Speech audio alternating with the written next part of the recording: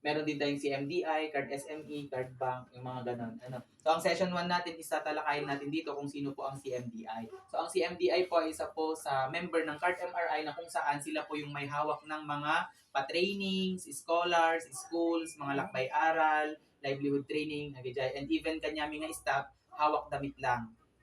Training kami so that nagpapa-training, CMDI. Training team member, so damit lang nagpa-training. So isa sa inyo dito or ba naka-experience na pa ng training dati Tita Marites nagte-training sila so ang CMDI po ito basahin tayo si Card MRI Development Institute Incorporated or CMDI ay nagsimula bilang isang training unit na bahagi ng Center for Agriculture and Rural Development Incorporated or CARD Inc.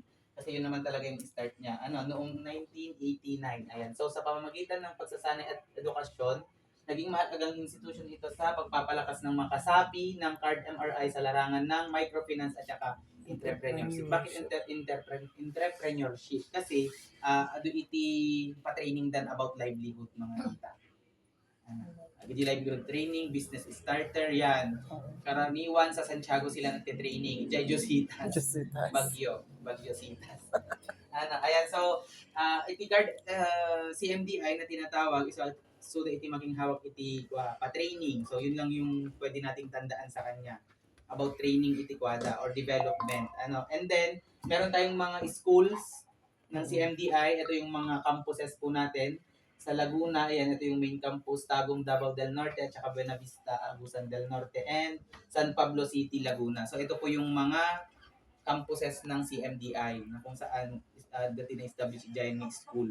Senior high school at saka college, yun yung hawak nila. And mostly head office na ang amin no kanang sangay iti Card MRI. Ayan, so at least napakilala natin ang CMDI. May tanong?